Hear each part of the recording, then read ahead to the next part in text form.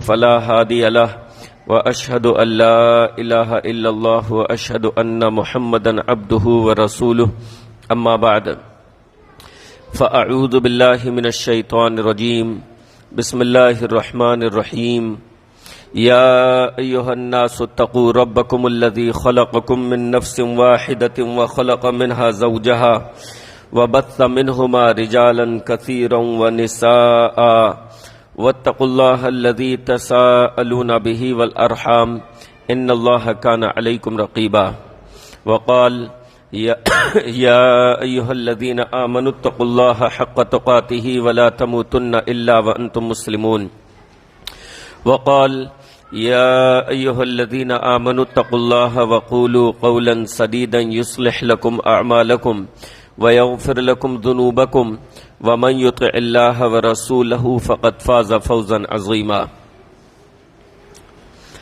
ہر قسم کی کبریائی، بڑائی، تعریف و توصیف لائق و زیبا ہے اللہ رب العالمین کے لیے، اور انگنت بے انتہا بے شمار درود و سلام نازل ہو تمام رسولوں کے سردار آخری رسول جناب محمد الرسول اللہ صلی اللہ علیہ وسلم پر۔ اسلام کا سب سے بڑا احسان یہ ہے کہ اسلام نے ایک الہ کا صحیح تصور پیش کیا، ایک معبود کا، ایک خدا کا صحیح تصور پیش کیا۔ اسلام کے علاوہ جتنے مذاہب ہیں، یوں کہنے کو تو ان میں بھی خدا کا تصور موجود ہے، لیکن الہ کے بارے میں صحیح تصور پیش نہیں کرتے۔ وہ معبود کی جو صفتیں ہونی چاہیے، معبود کیسا ہونا چاہیے، معبود کون ہو، معبود کی حقیقت کیا ہے، اس کی قدرت کیا ہے، اس کی شان بے نیازی کیا ہے، اس کی صفتیں کیا ہیں، ان تمام چیزوں کے تعلق سے باقی مذاہب جو ہے وہ درست رہنمائی نہیں کرتے۔ تو اسلام کا سب سے بڑا احسان یہ ہے کہ اسلام نے لوگوں کو حقیقی معبود سے ملایا ہے۔ ملایا کے معنی حقیقی معبود تک ان کی رسائی کروائی ہے، اس کی پہچان کروائی ہے کہ حقیقی معبود کون ہے۔ ورنہ سورج اور چاند کو بھی خدا مانا جاتا ہے، لوگ آگ کی بھی پرستش کرتے ہیں، اس کی بھی عبادت کرتے ہیں، پتھروں کی بھی عبادت کی جاتی ہے، درختوں کی بھی عبادت کی جاتی ہے۔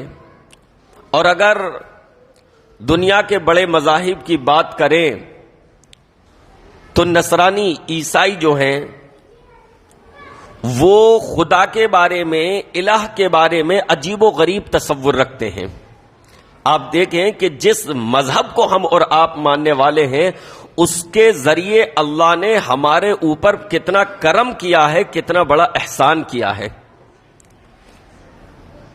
یہ بڑی دولت ہے جو ہمارے اور آپ کے پاس ہے، اسلام کی یہ بڑی دولت ہے، یہ بڑی دولت ہے۔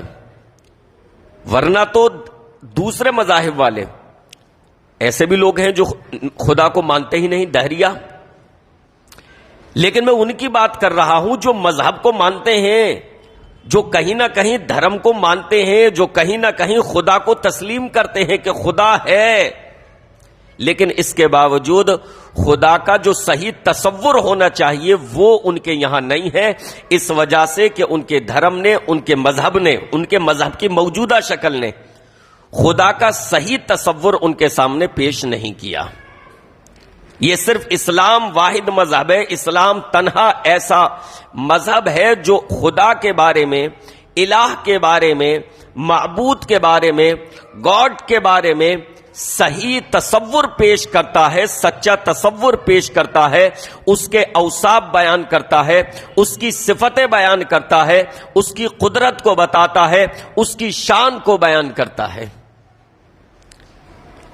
تو میں بات کر رہا تھا نصرانیوں کی، عیسائیوں کی۔ بڑا مذہب ہے، دنیا میں اس کے ماننے والے بہت ہیں، بہت فالوورز ہیں، بلکہ ان کی تعداد مسلمانوں سے زیادہ ہے۔ اسلام تیزی سے پھیلنے والا مذہب ہے، تیزی سے بڑھنے والا مذہب ہے، لیکن یہ محمد رسول اللہ صلی اللہ علیہ وسلم نے یعنی اسلام تو شروع سے ہی ہے، حضرت آدم علیہ السلام کے زمانے سے، لیکن اگر یہ کہیں کہ حضرت محمد صلی اللہ علیہ وسلم کا جو زمانہ ہے جہاں سے احیا ہوا اسلام کا، تو وہ کوئی بہت زیادہ پرانا نہیں ہے، 1500 سال، تقریباً 1450 سال۔ اس کے باوجود مسلمانوں کی تعداد اب عیسائیوں سے کم ہے، بس عیسائی یعنی دوسرے نمبر پر آتی ہے، لیکن سب سے زیادہ نصرانی ہیں، عیسائی ہیں۔ لیکن آپ دیکھیں اتنا بڑا مذہب ہونے کے باوجود خدا کا تصور ان کے یہاں کیا پایا جاتا ہے؟ خدا کا تصور ان کے یہاں ایسا پایا جاتا ہے کہ جس کو عقل سلیم، جس کو فطرت سلیم قبول نہیں کر سکتی، جس کو صحیح عقل والا شخص قبول نہیں کر سکتا، وہ یا تو آنکھیں بند کر کے تسلیم کر رہا ہے، یا اس وجہ سے کہ وہ اس گھرانے میں پیدا ہوا ہے، اس کے ماں باپ نے اس کو نصرانی بنا دیا، اس کے ماں باپ نے اس کو یہودی بنا دیا، وہ اس وجہ سے تسلیم کر رہا ہے۔ لیکن خدا کا تصور جو ان کے یہاں ہے اس میں کوئی ایسی کشش نہیں ہے، اس کے اندر کوئی ایسا وزن نہیں ہے کہ اس کو سمجھ کر کوئی اس دھرم کو قبول کرے۔ لہذا یا تو وہ خاندانی ہے، یا اگر کوئی کنورٹ ہو بھی رہا ہے، جا رہا ہے، تو وہ پیسے کے لالچ میں، دولت کے لالچ میں، جہالت میں، ان چیزوں کی وجہ سے، مطالعے کی بنیاد پر، پڑھنے کی بنیاد پر کوئی ادھر، کیونکہ تصور ان کے یہاں صحیح نہیں ہے۔ تصور دیکھیں، عیسائیوں میں بہت سارے لوگ یہ مانتے ہیں کہ حضرت عیسیٰ علیہ السلام جو ہیں وہی اللہ ہیں۔ اب دیکھیے خدا کے بارے میں کیا تصور دے رہے ہیں کہ حضرت عیسیٰ جو ہیں، اللہ تعالیٰ نے ارشاد فرمایا لَقَدْ كَفَرَ الَّذِينَ قَالُوا إِنَّ اللَّهَ هُوَ الْمَسِيحُ ابْنُ مریم، انہوں نے بھی کفر کیا جنہوں نے یہ کہا کہ اللہ ہی مسیح ابن مریم ہے، اللہ ہی مسیح ہے، اللہ ہی عیسیٰ ہے، حضرت عیسیٰ ہی اللہ ہے، انہوں نے بھی کفر کیا۔ تو بعض لوگوں کا عقیدہ یہ ہے کہ جو خدا تھا اس نے حضرت عیسیٰ علیہ السلام کا روپ دھارن کیا، اس نے حضرت عیسیٰ علیہ السلام کی شکل و صورت اختیار کی اور دنیا میں اس کا جنم ہو گیا۔ اب دیکھیے اس عقیدے میں جھول کہ ایک طرف یہ تسلیم کر رہے ہیں کہ حضرت عیسیٰ خدا ہیں، حضرت عیسیٰ ہی اللہ ہے، اور پھر ان کی پیدائش بھی منائی جاتی ہے، پھر ان کا کرسمس بھی منایا جاتا ہے، جبکہ جو خدا ہو وہ پیدا نہیں ہو سکتا، اس کے ماں یا باپ نہیں ہو سکتے، خدا ان تمام چیزوں سے پاک ہے۔ دوسری بات یہ تسلیم کیا جاتا ہے کہ حضرت عیسیٰ ہی اللہ ہے، اور پھر یہ بھی مانا جاتا ہے کہ ان کو سولی پر چڑھا دیا گیا۔ اب یہ بتائیے کہ اگر وہ خدا تھے، اگر وہ معبود تھے، تو پھر مخلوق میں اتنی طاقت کیسے ہو گئی کہ ان کو سولی پر چڑھا دیا جائے؟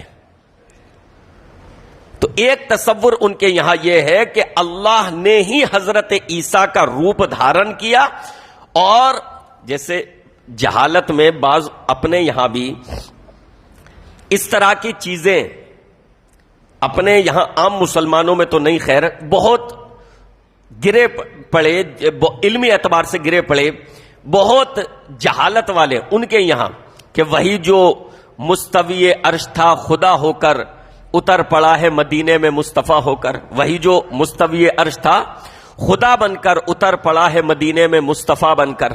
تو ایک شاعر نے اپنی یہ جہالت دکھا دی کہ محمد الرسول اللہ صلی اللہ علیہ وسلم جو تھے، جو عرش پر اللہ تھا، وہی مصطفیٰ بن کر دنیا میں آ گیا۔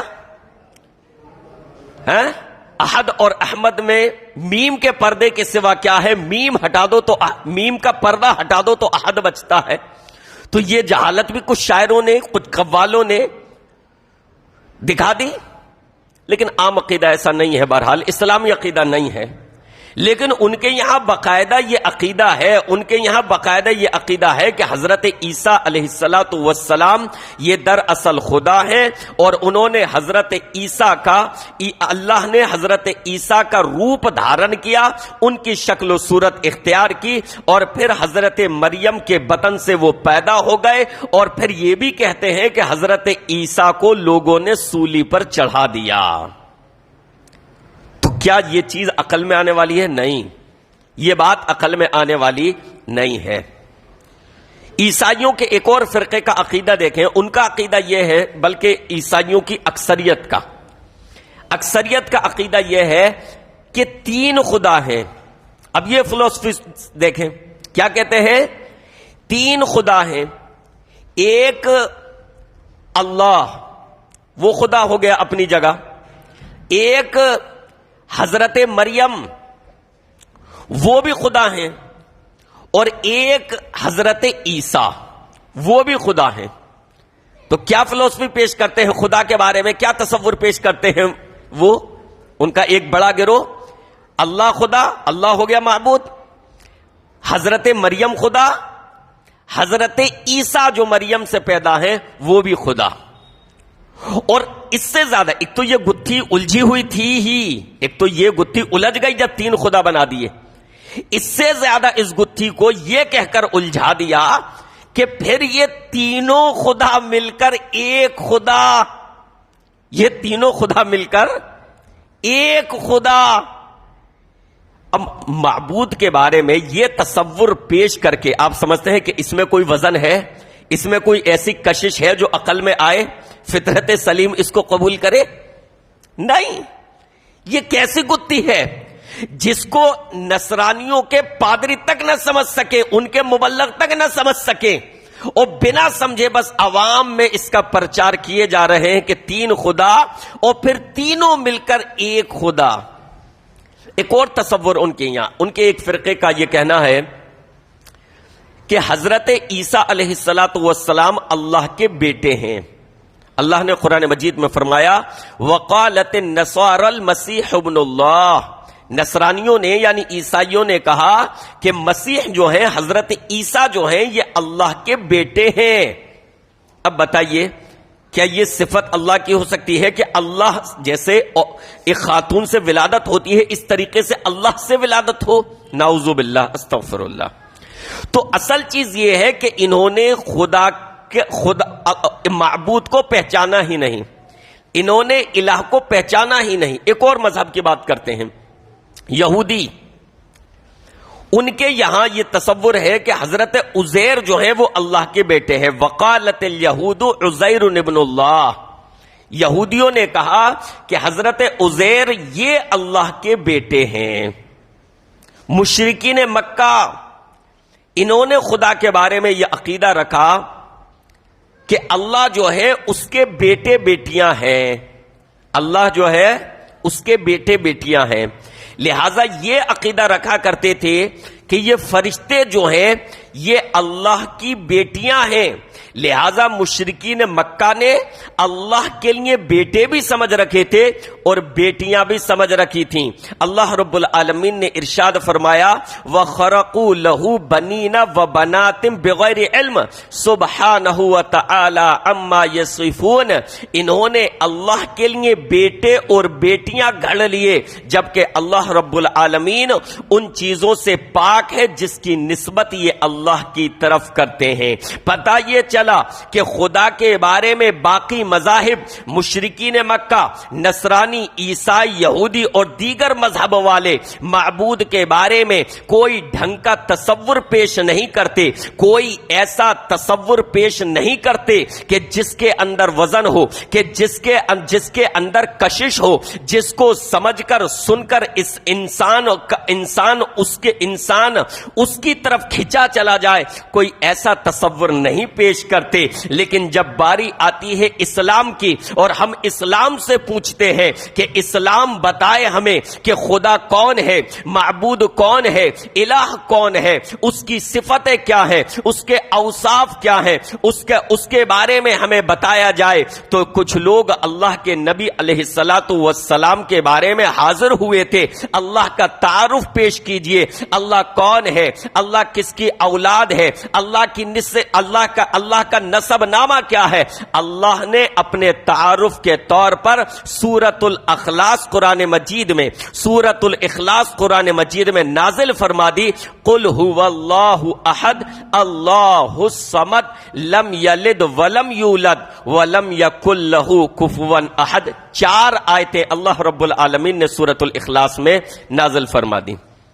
4 آیتیں، آیت بھی بڑی بڑی نہیں، اللہ الصمد 2 لفظ ہیں، آیتیں بھی بڑی بڑی نہیں، لیکن توحید کا نچوڑ ہے۔ اسی وجہ سے اس سورت کے کئی نام، بعض لوگوں نے کئی نام اس کے، ایک سورۃ الاخلاص تو مشہور ہے، سورۃ التوحید بھی اس کا نام پیش بتایا گیا ہے۔ بعض علماء نے اس کے کئی نام ذکر کیے، جن میں سے ایک سورۃ التوحید ہے، کیونکہ اس میں توحید بیان ہو گئی ہے۔ اسلام اس معبود کا، اس الہ کا، اس خدا کا صحیح تصور پیش کرتا ہے جیسا ایک خدا کو ہونا چاہیے۔ قل هو اللہ احد، سب سے پہلی چیز اے نبی ان کو بیان کر دو، اے نبی ان سے فرما دیجئے قل هو اللہ احد، کہہ دو کہ وہ اللہ ایک ہے۔ سب سے پہلا تصور، سب سے پہلی چیز الہ کے بارے میں یہ صاف کر لیجئے، یہ کلیئر کر لیجئے کہ وہ ایک ہے، وہ 2 نہیں ہے، وہ 3 نہیں ہے، وہ کروڑوں نہیں ہے، وہ کروڑوں نہیں ہے، وہ سینکڑوں نہیں ہے۔ قل هو اللہ احد، اس کائنات کا پیدا کرنے والا، اس کائنات کو بنانے والا، ہمارا اور آپ کا معبود، ہمارا اور آپ کا خالق، ہمارا اور آپ کا الہ، قل هو اللہ احد، کہہ دو وہ اکیلا ہے، وہ ایک ہے۔ سب سے پہلے بنیاد بتائی جو باقی جگہ نہیں پائی جا رہی تھی، عیسائیوں میں بھی نہیں، مشرکین مکہ میں بھی عجیب و غریب چیزیں، اور دیگر لوگوں میں، باقی مذاہب میں نہیں پائی جا رہی۔ تو سب سے پہلی چیز بتائی قل هو اللہ احد، کہہ دو وہ اللہ ایک ہے، ایک سے زیادہ خدا نہیں ہو سکتے۔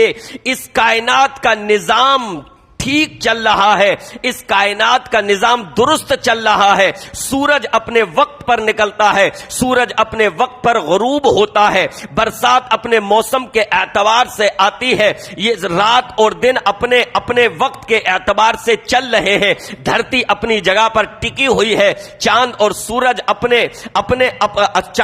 سورج آسمان میں اپنی متعینہ ڈیوٹی کر رہے ہیں۔ فرمایا قل هو اللہ احد، وہ اللہ ایک ہے، اور یہ کائنات پوری درست طریقے سے چل رہی ہے۔ یہ سب سے بڑی دلیل ہے کہ اس کائنات کا مالک ایک ہے۔ اگر 2 ہوتے، لو کان فیہما آلہۃ، اگر کئی خدا ہوتے، اگر اگر اللہ کے علاوہ بھی کوئی معبود ہوتا تو اس کائنات کا نظام درم برم ہو جاتا، اس کائنات کا نظام درم برم ہو جاتا۔ یہ کائنات بالکل ٹھیک چل رہی ہے، نظام درم برم نہیں ہو رہا، دن کے بعد رات، رات کے بعد دن، گرمی کے بعد سردی کے بعد گرمی، پھر برسات، یہ تمام چیزیں اپنے شیڈول کے حساب سے چل رہی ہیں، جیسے اس کے مالک نے اس کو حکم دے رکھا ہو، متعین کر دیا ہو کہ ایسے ہی چلنا ہے، بالکل اس طریقے سے چل رہی ہیں۔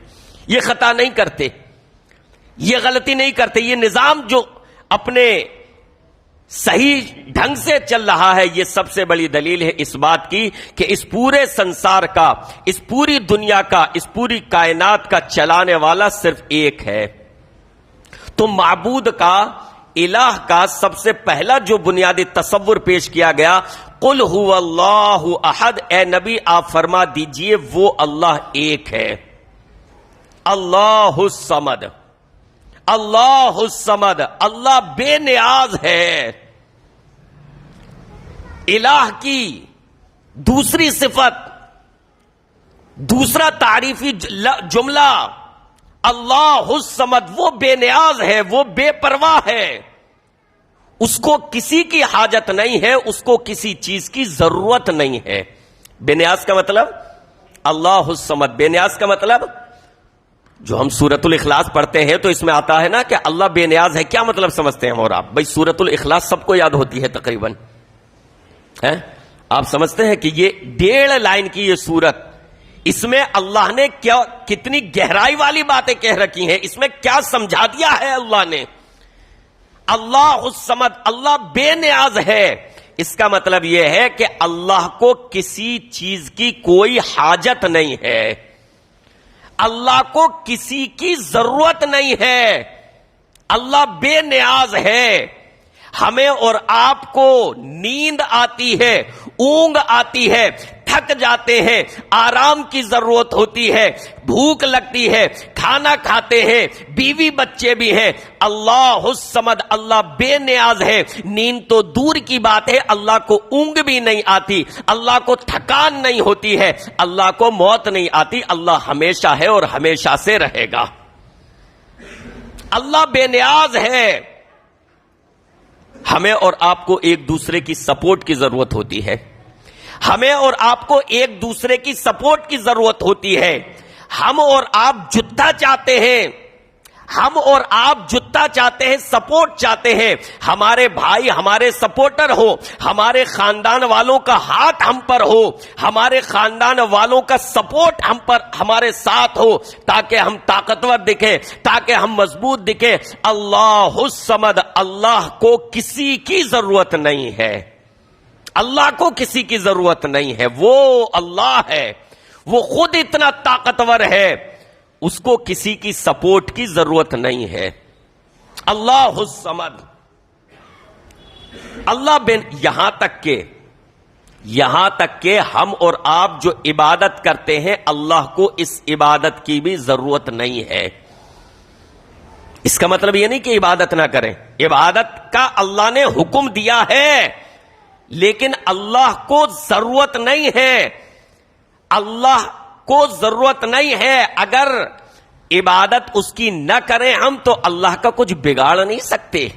مسلم شریف کی حدیث، مسلم شریف کی حدیث فرمایا، پیارے نبی علیہ الصلوۃ والسلام نے فرمایا کہ اللہ رب العالمین ارشاد فرماتا ہے، میرے بندو تم سب کے سب گمراہ ہو سوائے اس کے جس کو میں ہدایت دے دوں، لہذا مجھ سے ہدایت طلب کرو۔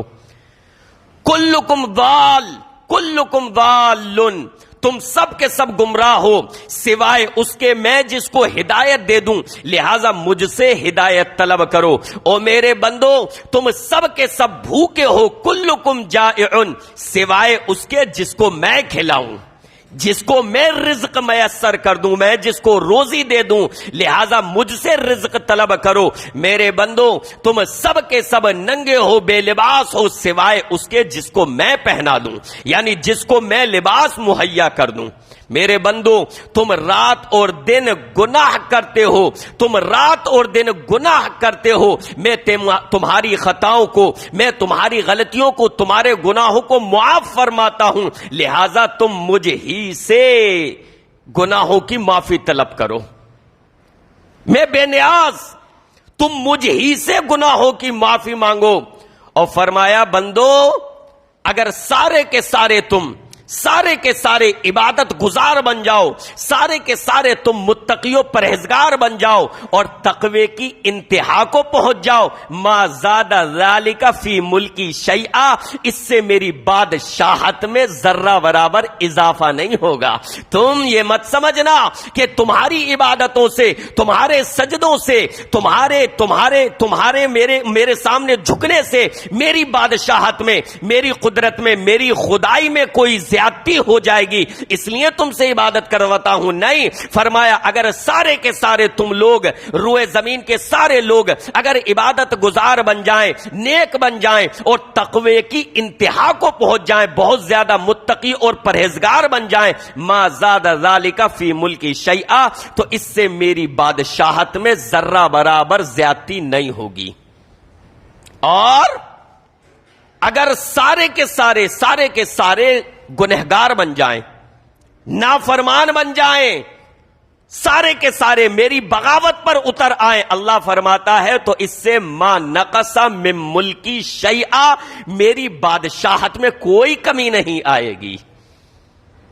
سارے فاسق و فاجر بن جاؤ، اگر سارے کے سارے نافرمان بن جاؤ، سارے کے سارے بغاوت پر اتر آؤ، تو میرے بندو اس سے میری بادشاہت میں کوئی، یہ ہوتی ہے بے نیازی، یہ ہے کہ کسی چیز کی حاجت نہ ہونا۔ اللہ الصمد، اللہ بے نیاز ہے، اسے کسی چیز کی ضرورت نہیں ہے۔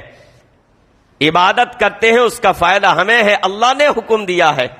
نافرمانی کریں گے اس کا وبال ہمارے اوپر ہوگا، اللہ نے منع کیا ہے نافرمانی سے۔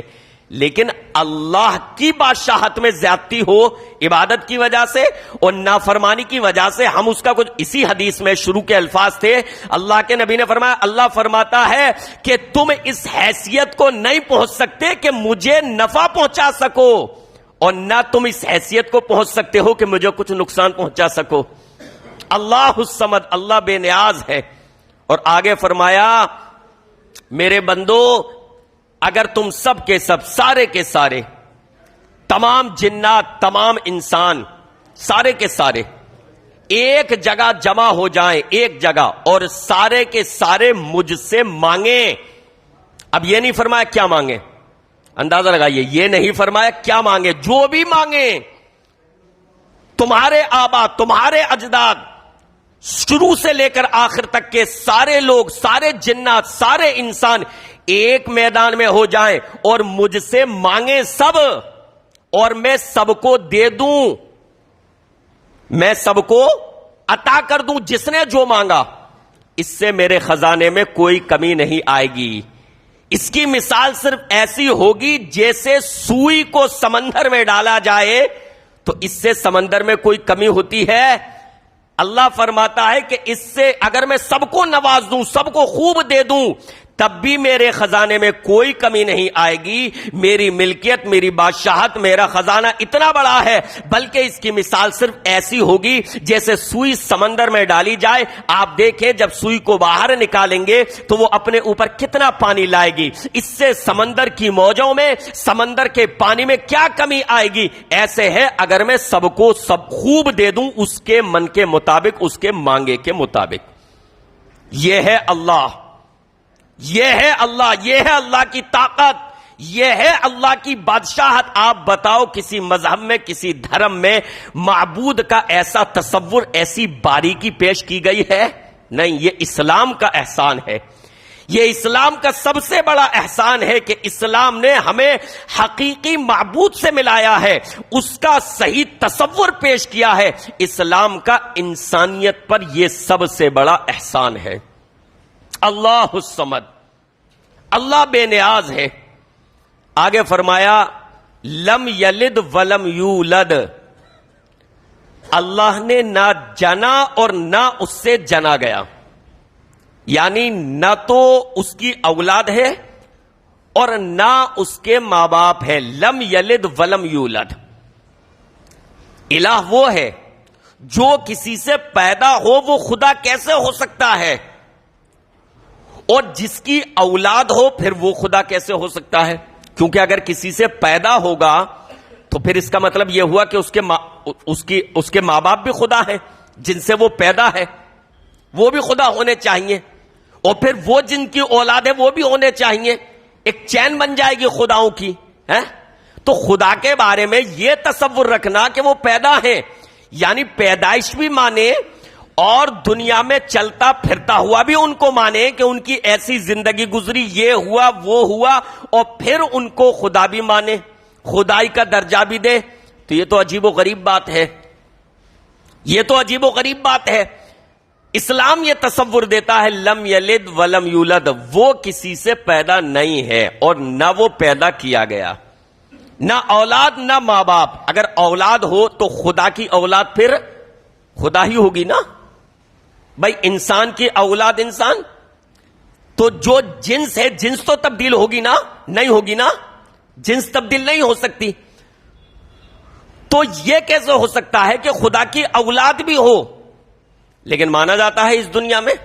ایسے بھی دھرم موجود ہیں, ایسے بھی مذہب موجود ہیں جو مانتے ہیں خدا کے ماں باپ بھی مانتے ہیں, انہیں درجہ بھی دیتے ہیں معبود کا, بھگوان کا, اور ان کے معبود بھی مانتے ہیں, ان کے ماں باپ بھی مانے جاتے ہیں, ان کی اولاد بھی مانی جاتی ہے.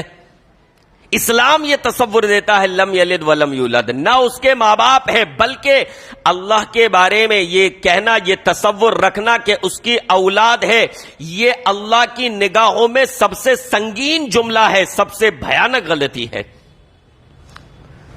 یہ اتنی بڑی بات ہے. اللہ فرماتا ہے قرآن میں وَقَالُوا اتَّخَذَ الرَّحْمَنُ وَلَدًا لَقَدْ جِئْتُمْ شَيْئًا إِدًّا تَكَادُ السَّمَاوَاتُ يَتَفَطَّرْنَ مِنْهُ وَتَنشَقُّ الْأَرْضُ وَتَخِرُّ الْجِبَالُ هَدًّا أَن دَعَوْا لِلرَّحْمَنِ وَلَدًا وَمَا يَنبَغِي لِلرَّحْمَنِ أَن يَتَّخِذَ وَلَدًا إِن كُلُّ مَن فِي السَّمَاوَاتِ وَالْأَرْضِ إِلَّا آتِي الرَّحْمَنِ عَبْدًا. فرمایا یہ کہتے ہیں یا انہوں نے کہا کہ رحمان نے یعنی اللہ نے بیٹا مقرر کیا ہے, اپنا بیٹا بنایا ہے. وَقَالُوا اتَّخَذَ الرَّحْمَنُ وَلَدًا, یہ کہتے ہیں کہ رحمان نے اولاد بنائی ہے. یہ تو بڑی ہی انہوں نے سنگین بات کہی ہے. لَقَدْ جِئْتُمْ شَيْئًا إِدًّا, یہ بات تم نے بڑی ہی سنگین کی ہے, یہ بات تم نے بڑی ہی خطرناک کہی ہے. اور یہ ایسا جملہ ہے, یہ ایسی بات ہے کہ اس کی سنگینی کی وجہ سے ہو سکتا ہے کہ آسمان پھٹ جائے, زمین ٹکڑے ٹکڑے ہو جائے اور پہاڑ ریزہ ریزہ ہو کر گر پڑے. اس قدر خطرناک بات کہی ہے, اس قدر سنگین جملہ ہے یہ کہ اللہ کی اولاد ہے, خدا کی اولاد ہے. اس قدر سنگین جملہ ہے کہ اس کی وجہ سے اللہ چاہے تو مارے غضب کے آسمان کو پھاڑ دے, زمین ٹکڑے ٹکڑے ہو جائے, پہاڑ ریزہ ریزہ ہو کر گر پڑے. کہ یہ دعویٰ کرتے ہیں کہ اللہ نے اپنا بیٹا بنایا ہے, اپنا بیٹا مقرر کیا ہے.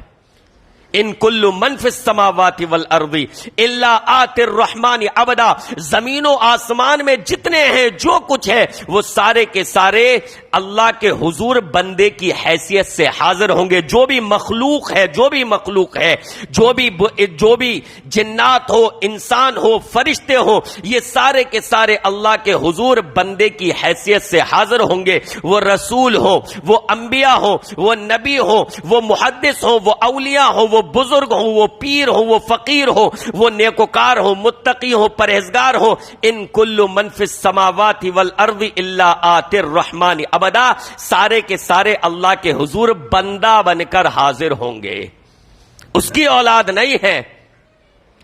یہ ہے اللہ, لم یلد ولم یولد ولم یکن لہ کفوا احد. چوتھی آیت میں اور آخری ٹکڑے میں سورت کے فرمایا اس کے برابر کوئی نہیں ہے, اس کا ہمسر کوئی نہیں ہے, اس کے برابر کوئی نہیں ہے, اس کا ہمسر کوئی نہیں ہے.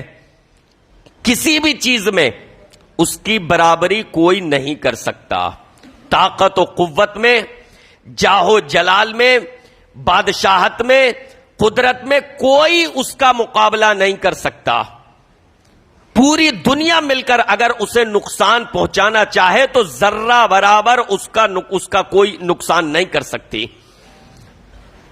اس کے برابر کوئی ہے ہی نہیں, اس کا ہمسر کوئی ہے ہی نہیں. وہ سب سے بڑا ہے, اللہ اکبر, وہ سب سے بڑا ہے. کوئی اس کی ہمسری نہیں کر سکتا, کوئی اس کی برابری نہیں کر سکتا. وہ چاہے منٹوں سیکنڈوں میں پوری دنیا کو, پوری کائنات کو تہس نہس کر دے, یہ اس کے قبضے اور اختیار میں ہے. کوئی اس کا کچھ نہیں بگاڑ سکتا. منٹوں سیکنڈوں میں ایک زلزلہ بھیجے, ایک زلزلہ پورے کے پورے شہر کو الٹ پلٹ کر دے, پورے کی پوری دنیا کو تہس نہس کر دے. ایک منٹ میں, ایک سیکنڈ میں اس کے کن کہنے کی دیر ہے اور کوئی اس کا مقابلہ نہیں کر سکتا. ولم یکن لہ کفوا احد, یہ ہے حقیقی معبود کا تعارف, الہ کا تعارف, خدا کا تعارف, جو صرف اور صرف الحمدللہ صرف اور صرف اسلام پیش کرتا ہے. اسلام کے علاوہ کوئی مذہب, کوئی دھرم ایسا نہیں ہے کہ جس کے یہاں معبود کا ایسا تصور پیش کیا گیا ہو, خدا کو اس انداز میں ڈیفائن کیا گیا ہو. کوئی ایسا مذہب نہیں ہے کہ جس کے یہاں خدا کا ایسا تصور پیش کیا گیا ہو جو اپنے اندر کشش رکھے، جو اپنے اندر کھچاؤ رکھے۔ اسلام واحد ایسا مذہب ہے جو خدا کا صحیح تصور پیش کرتا ہے۔ اس لیے میرے بھائیوں میں نے کہا کہ اسلام کا سب سے بڑا احسان انسانیت پر یہ ہے کہ اس نے سچے خدا کا تعارف پیش کیا ہے کہ خدا ہے کون، خدا ہے کون۔ ورنہ جسے چاہے خدا مان لے، درخت سے چھایا مل رہی ہے اس کو بھی خدا مان لیا، اس سے گھی دودھ مل رہا ہے اس کو بھی خدا مان لیا، اس سے روشنی مل رہی ہے اس کو بھی خدا مان لیا، اس میں طاقت ہے اس کو بھی خدا مان لیا، اس نے رن زیادہ بنائے اس کو بھی خدا مان لیا، جس کو چاہو خدا مان لو۔ لیکن اسلام بتاتا کہ نہیں، یہ خدا نہیں ہو سکتے، یہ اللہ کی مخلوق ہے، خدا وہ ہے جس کی یہ صفتیں ہوں۔ اللہ رب العالمین سے دعا ہے کہ رب العالمین اسلام کا جو یہ احسان ہے اور اسلام کی جو یہ نعمت ہے، اللہ اس کی قدر کرنے کی ہمیں توفیق عطا فرمائے، اس کی شکر گزاری کرنے کی توفیق عطا فرمائے، اور رب العالمین اسلام کے اس پیغام کو زیادہ سے زیادہ لوگوں تک پہنچائے، اور رب العالمین لوگوں کو اسلام کی طرف متوجہ ہونے کی توفیق عطا فرمائے، لوگوں کو ہدایت سے نوازے، آمین یا رب العالمین۔ وصلی اللہ تعالی علی رسول خیر خلقہ محمد وآلہ وصحبہ اجمعین برحمتک یا ارحم الراحمین۔